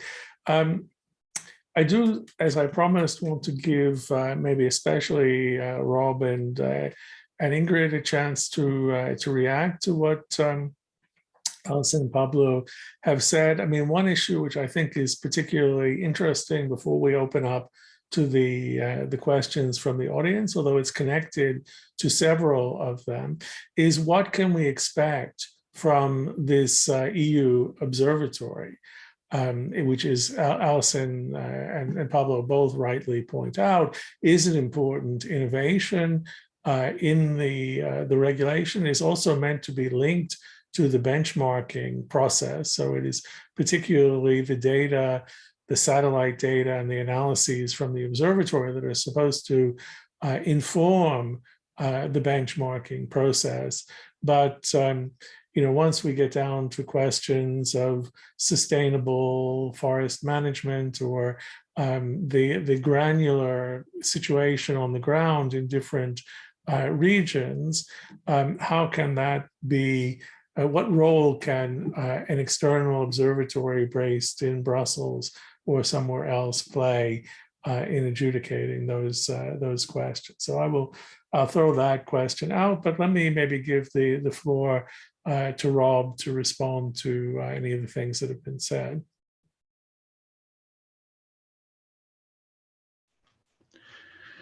Thank you, Jonathan, and thank you, Pablo, for your very clear presentation. It contains many valuable elements that I think could be part in the cooperation with third countries. Although the last 8 points you mentioned in those boxes, I think are very helpful. And you also described how we can maybe work on a supply chain that segregates soy from, well, you can segregate soy from certain location from other locations. But on the other hand, I see this is takes still some time. And a question maybe I have for you is, what should we do in the meantime? Also, such the question as an observatory, I think that could be very helpful. I've understood from the Commission that it should be accessible for every civilian that and companies, that they even can check where the geolocations are. That could be very helpful and make them aware. Just like the EU timber regulation had people made aware of the importance of buying timber. But coming back to Pablo's presentation, I was wondering what we should do in the meantime. These things take time, but actually deforestation is continuing at a very high speed. And when this regulation is entering into force, maybe we are 4 years further, I don't know, but at least I think 3 to 4 years. And what should we do in the meantime? And what should we keep, what we have at the moment, and how we should work on it? And well, a final remark, which I had like to make earlier, but we also should look at other instruments. We're now focusing on commodities, and we got also from environmental groups comments on why didn't it contain, for instance, the financial institutions. And I think that's also an important issue. Maybe it deserves a separate panel to discuss it, but we know that a lot of people who received a pension from a big pension fund in the Netherlands, and they don't like that there are investments in deforestation related activities from companies, which I think is also a mighty instrument. Well, I know that the Commission is working on it, on the green taxonomy, etc. But at least we should not forget that this is also a very strong instrument. But well, that's my response for now with the question for Pablo. Thank you. Thanks. I think I'm going to go directly to the audience. Ingrid has kindly yielded. There are really a lot of questions. First, there are a number of questions which deal with different aspects of sustainable forest management, certification. How can we address the question of sustainable forest management in a consistent way across different countries and regions? So maybe I give first the floor to Richard Fisher and then to Jörg Schweinle, who asked questions about that. So let me see if I can. Okay, Richard, I'm allowing you to talk. I'll ask you all to be brief. We'll collect a number of comments and then we'll go back to the panelists. So Richard?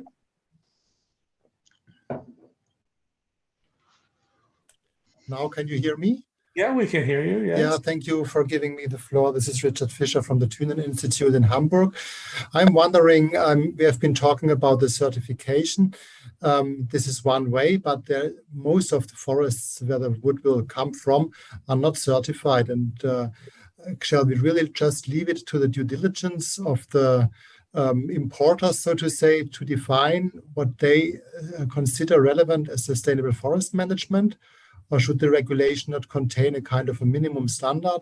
And of course, this is linked to the definition of degradation, because I would say degradation, unique definition is not possible.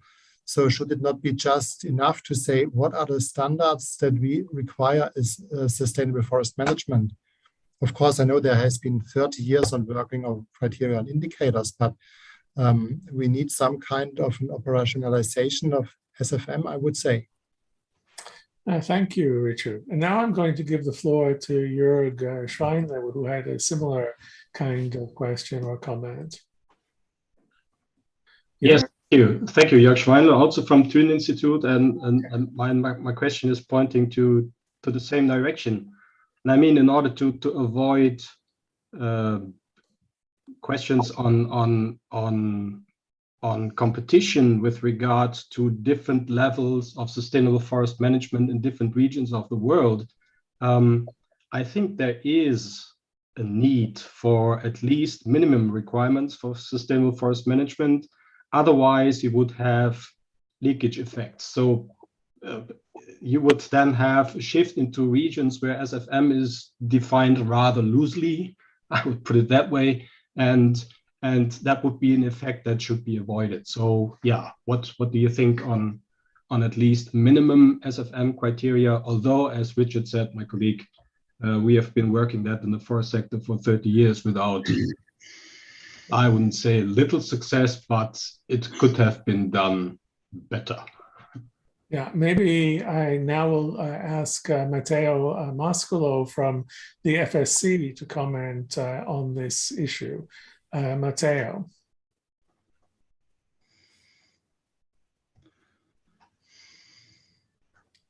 Matteo, can you hear me?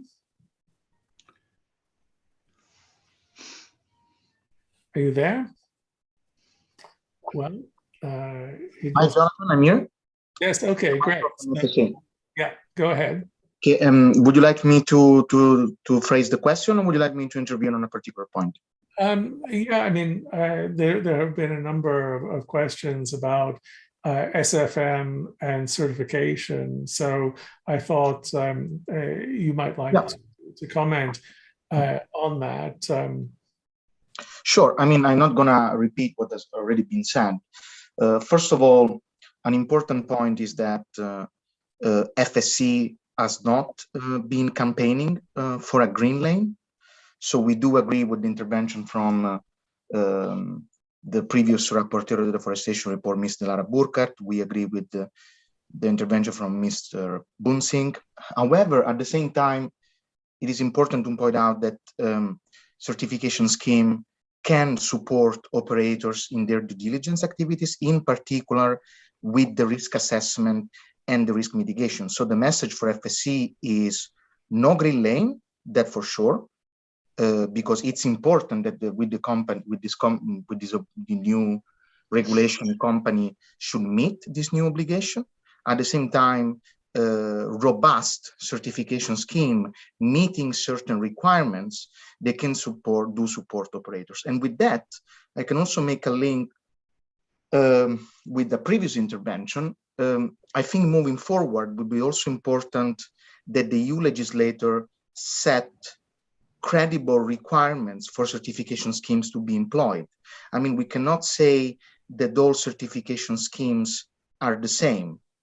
So it's important to set up credible requirements. And for that, for example, we can look at the ICL requirement that set up, requirement that makes scheme robust and credible. For example, the inclusion of social requirement, the protection of indigenous people rights, the multi-stakeholder platform. So I think this is, I mean, according to the opinion of FSC on this point. If you want, I can also then ask the question that I previously asked in the chat. Maybe I'll leave it at that because we're short of time, but thank you, Matteo. Maybe I can turn these questions back, particularly perhaps to Alison and to Rob. I would just make the observation that the whole logic of or a key element of the logic of the Commission's proposal is that it should be objectively, the criteria that companies have to meet should be objectively verifiable. And that's why they focused in terms of deforestation on an international external definition. The problem is that there are two other wings of the requirements. One is legality, and the other is preventing forest degradation. And those, which is linked to sustainable forest management. And those two are much more difficult to assess, for example, from satellite data from an EU observatory. So Alison or Rob, do either of you want to come in here? Alison? Yep, I can go first. I think, yes, as you say, that question of how you define forest degradation is is a really critical one. I mean, it's not only that it can't be defined in terms of, well, it's difficult to define from satellite imagery. It's also, there's very different interpretations of what it could mean. I mean, it's written in the legislation about that it's, degradation is something that results in the reduction of the overall supply of benefits. So that means there's a balancing of the different types of benefits, and who gets to determine which ones are most important is a difficult question. But I think, again, I would say, looking back at what has happened in the timber sector and with the negotiation of the voluntary partnership agreements, what the process there was that under these agreements, there was a national discussion of how to define legality. And that in turn also helped to result in a process of legal reform and discussion about some of the critical issues in those countries. And so I think that ideally would be the way forward to thrash out some of these issues of what deforestation and degradation means in these different countries and in different contexts, because I think what is acceptable and what is acceptable is different in different contexts. Right, so we could link the forest partnerships to the benchmarking process and use the data from the observatory to back up and discipline those discussions. Rob, do you want to come in? Yes, well, I'd like to reply what those two people from the Tuna Institute said about sustainable forest management. Only a relative small part is now being covered by certified forest, FSC or PFC. But the issue of agreeing on what is sustainable forest management, and including then also you have a picture of what is forest degradation. It starts already in 1992 when the UN conference in Rio agreed on the 12 forest principles, and based on that, there were different processes, the Montreal process. In Europe, we have the Helsinki process to define more the criteria of sustainable forest management. But I think actually it's not the problem that we don't know what sustainable forest management is and that we have also international agreement. The issue is how it's being implemented. And as long as it's more interesting to establish a palm oil plantation compared to manage a forest sustainable, yes, the forest will always lose. So there is something wrong I think, in our economic system to value forest. Well, somebody said when our banking system in 2010 were almost collapsing, we made billions of dollars and available in euros, but now we actually are on the edge of collapsing our forest and ecosystems. Then we still don't see that billions available, while it's actually a life-supporting system for us. So it's more a political question than a question of that we don't know what is sustainable forest management and how to implement it. Is also what Alison said. It's about governance and also the issue where we've seen with forest partnerships in the framework of FLEGT, that we made quite a lot of money. The EU made quite a lot of money available, and we also did with other countries. And you see that it is stuck at the national level to really implement it. Thank you, Rob. I want to take another round of questions. There are a bunch of questions, also some comments in the chat, which deal with these issues of geolocation and traceability that Pablo also talked about. So maybe if she's still here, I will turn to Janina Grabs to summarize her comment, and then to H. Mathon. I don't know what H stands for, but let's see if Janina is still here. Yes, Janina, you have the floor. Yeah, hi.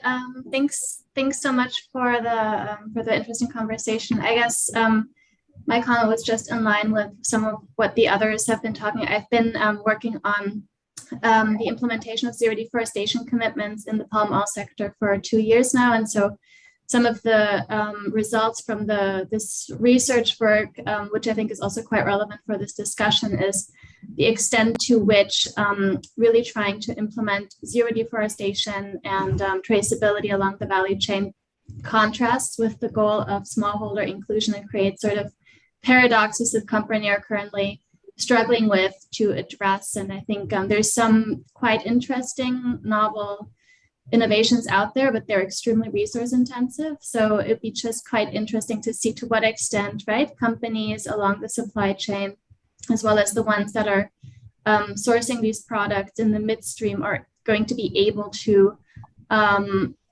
actually mainstream these kinds of approaches and trying to trace smallholders, to explain zero deforestation guidelines, to explain high carbon stock protection, and to not take the approach that some consumer goods manufacturers have taken to focus their sourcing on a handful of mills that have very clean sourcing guidelines, but that are from plantations that have been deforested 20 or 30 years ago. So okay. That's my 2 cents. Thank you. I mean, I will turn that to Pablo to answer. And actually, I want to give the floor very quickly to Frederick Buchholz, who has a related question. Yes, can you understand me? Yeah, and maybe Right. you can identify yourself also. That's great. So Frederick Buchholz from Germany, working currently with the European Forest Institute. And my question relates also to the aspect of traceability, and we touched upon the topic of geolocations. And I wonder if, some of you have already made some experiences in how, forward-looking private sector actors are starting to actually anticipate this regulation. We touched upon the topic about RSPO and RTRS and this mass balance system, but there is also the segregated supply chain system within RSPO at least. And I wonder if, private sector actors are starting to work with this in order to already anticipate this regulation, or which other approaches they currently might already implement. That would be just out of interest. Thank you for this very interesting presentation and the speakers. Thank you, Frederick. And then I have a related question, but more on timber from H. Muff. So maybe you can introduce yourself and pose it. That's particularly for you, Rob, about a different aspect of traceability. Thank you, Jonathan. My first name is Henri, and I'm often at SPY 25, and I work with deforestation issues and wildlife crimes, amongst others. Rob Bussing, you commented that isotopes make a guess which region some product such as timber comes from. My understanding is that isotopes are more than just a mere guess, that you can actually, in some cases, pinpoint quite accurately or very accurately the origins of a product.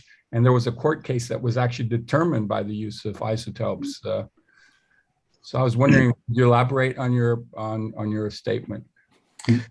Okay, before I give it back to the panelists, Tim Buchholz von Solinge has raised a number of comments and questions, some of which follow this line of questioning. Others have to do with the effectiveness of enforcement. Tim is very active in working with indigenous communities against forest crime in Brazil and based here in the Netherlands. So Tim, maybe I can just ask you to be succinct and make a few of your points, and then I'll give it back to the panelists to respond. Thank you, Jonathan. Well, yes, I had this one question about, because we were talking about the EUTR, and I thought last year there was this really good example of a huge quantity of illegal timber that was seized in Brazil, the largest ever, 220,000 cubic meters, and it's just huge. And it was actually seized, but then it was exported again to the US and Europe, and it was actually, in the US, they discovered it was illegal. but but illegal timber also went to various EU countries, and in not one country it was discovered it was illegal. So I think it's a very interesting case, because it's the same shipment goes to the US and to Europe. In US, law enforcement discovers it doesn't have the right paperwork, but not in one EU country it was discovered. So it seems, I mean, it's a very interesting case. There were like 6 EU countries. So that means enforcement is too weak or somehow. And I'm saying this for years, because I think a lot of timber, especially from Brazil, is being exported with illegal permits. And I think the inspectors in the EU are not equipped to discover that, because well, anyway, that's one point. And I thought, and then I have a question to my colleague, Pablo. Of course, we know each other, but I seriously doubt, Pablo, the soy moratorium functions. I think it's reduced deforestation for soy, but I continue to go to the Amazon, and a lot of people say it continues, but on a smaller scale. But then, okay, it's a difficult question, I understand, but then if it would work, then how can you explain the increase in soy production? It has been a big increase in soy production in the Amazon. If the moratorium would work, I mean, it cannot be only explained by increased production per hectare, I think. Or how do you look at this? Okay, thanks, Tim. I mean, what issue here is the extent to which, first of all, enforcement has improved over time within the EUTR. I mean, maybe Rob can say something about that. The case of teak, which from Myanmar, which first came to the Netherlands, then to Croatia, then to Italy. That's the country he wasn't ready to mention. But in each case, there has been a kind of stepping up and improvement of enforcement. It might also be worth thinking about the point that's been made by a number of the speakers, which is that enforcement provisions of the proposed deforestation regulation actually speak to many of the loopholes in the EUTR, with stronger requirements for competent authorities and more uniform penalties and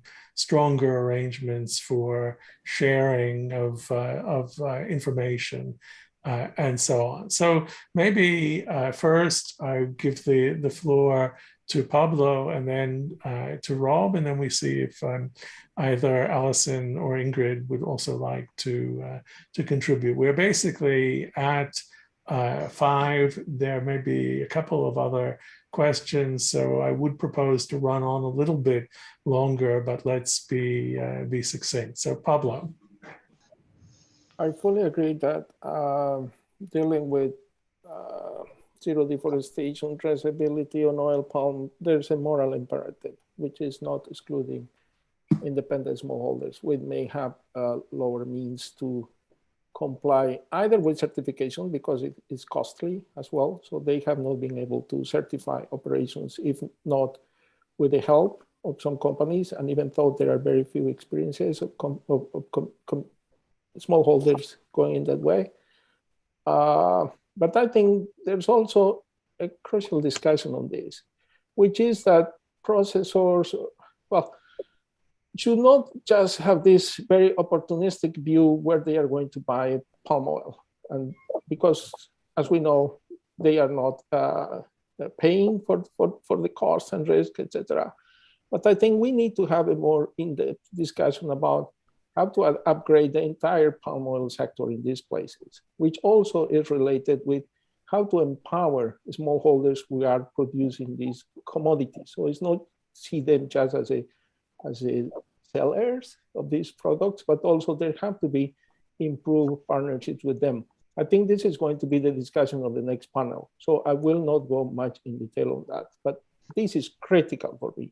Building more or trying to ensure traceability without improving the transparency and improving the partnership with the smallholders, that's not going to work, because smallholders, I think they may be more than willing to establish these partnerships and to help support and long-term contracts and services and loans and funding, etc. So in my view, I have a more optimistic perspective, but have the perspectives of processors, traders have to change, and they have to be willing to co-invest more on upgrading the supply chains.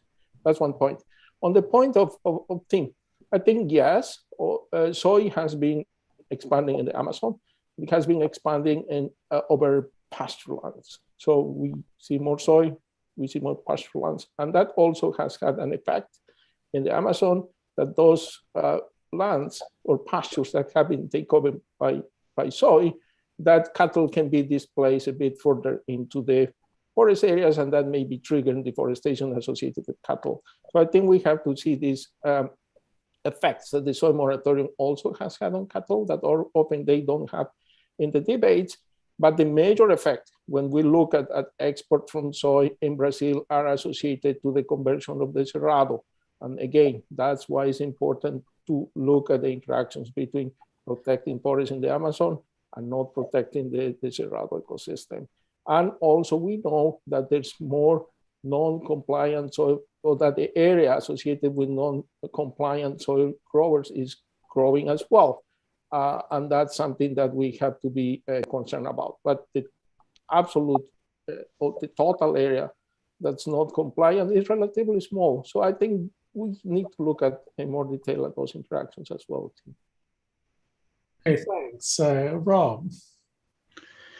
Yeah, thank you. Well, first of all, I'd like to reply to the question from Aui Maton on isotopes.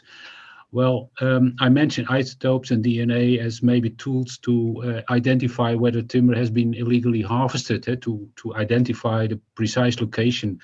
Maybe I expressed myself a bit vaguely because I didn't know how precise isotopes could be. And he might be definitely right, and maybe it can be confirmed by people from the Thune Institute, because we work with them, at least our competent authorities, on tracing of timber. So maybe they can confirm that. Then regarding the remarks and comments made by Tim, well, one of the issues we regard as very important, and we raised it several times, is that this regulation should be able to better improvement, and that enforcement takes at the same level taking place, so that trade flows cannot move to countries who are more flexible, say, on enforcement. And we had also organized a discussion with the Commission and our prosecutor who is now preparing 2 cases of timber traders to bring them to court because of trading in illegal timber.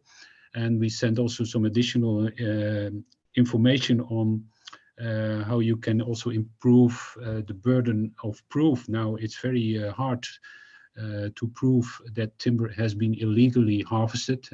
That you need much more maybe now circumstantial evidence. Just like, well, he mentioned that as our prosecutor as an example, that when you have a trunk in your car, a trunk full of banknotes, well, you might guess that you are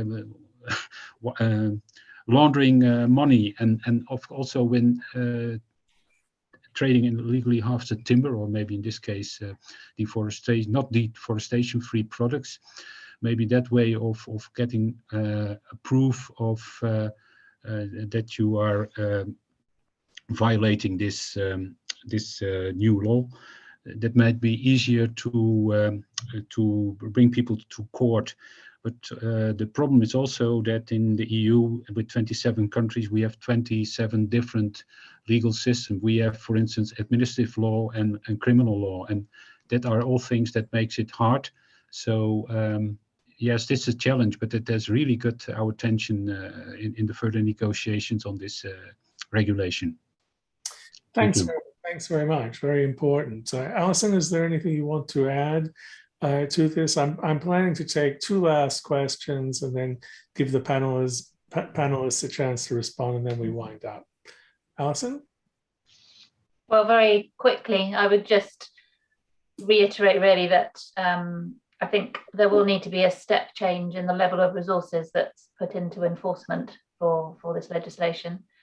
And then back on the point about the EU observatory, I think it's important that the observatory works very closely in partnership with similar institutions around the world.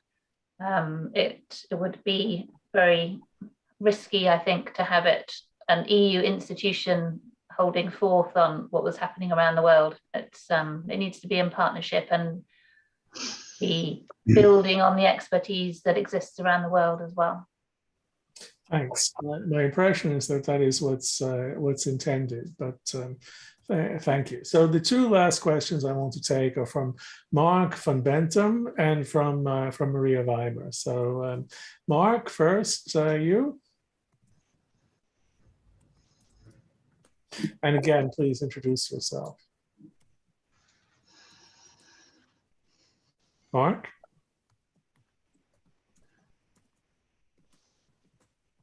I don't, while we see whether he's able to ask a question, Maria, if you want to pose your question, which was particularly for Alison, but I think that maybe the other panelists could be interested. Thank you, Jonathan. It related to what Alison brought up, the point about this regulation being framed in a way that emphasizes the objective of cleaning up EU supply chains rather than, caring for global deforestation. Although it's not entirely true, they of course indirectly also wish for this measure to have impact on global deforestation. But you're right to say that primarily it is framed as curbing EU-driven deforestation, and I fully agree with you that this is problematic. I wonder, and that is my question, whether this framing of the regulation has to do with the fact that this is a unilateral measure and that the Commission is very much concerned about how to properly justify the fact that it intervenes in such way in a unilateral way. And so whether this has to do something with the idea, well, if it sort of justifies its action by reference to its own complicity and to its own wrongdoing in this field, whether that could be a reason why the EU frames its goals in this way. I know Alison needs to leave shortly, so I turn it right back over to you. I think, well, clearly, maybe someone like Dilara would be better placed to respond. I think, my guess is that part of the motivation is also thinking about future impact assessments of the legislation. So, it's important to frame the aims in a way that are achievable. And I think it's also, I would recognize that it is, you need to be realistic about what can be achieved with the legislation, but I think it's still important to put it within that broader context that ultimately what we're trying to achieve is not simply to stop chopping down forests, but it is about shifting to more sustainable land use models and supporting those rural economies. Maybe that's a good place for us to stop, since we're well over time. And many of the things we've been discussing lead directly into the issues of cooperation with producer countries and with working on the supply side. So I want to thank all of the speakers, the ones who are still here, Rob, Alison, and Pablo, but also the ones who had to leave, Ingrid and Dilara. And we hope to be able to announce very soon when the next panel will be, and we hope to see many of you there. So thanks again to everyone for great presentations and a very stimulating exchange. Thank you also from my part for the excellent discussion. Thanks. And thank you, Jonathan, for the excellent moderation as well. Thanks. Okay. So I'm going to close the meeting. There will be a recording. It will be posted in a few days on YouTube. And so if you want to watch it again or tell your friends and colleagues, please go ahead. Okay, bye-bye, everyone. Bye-bye.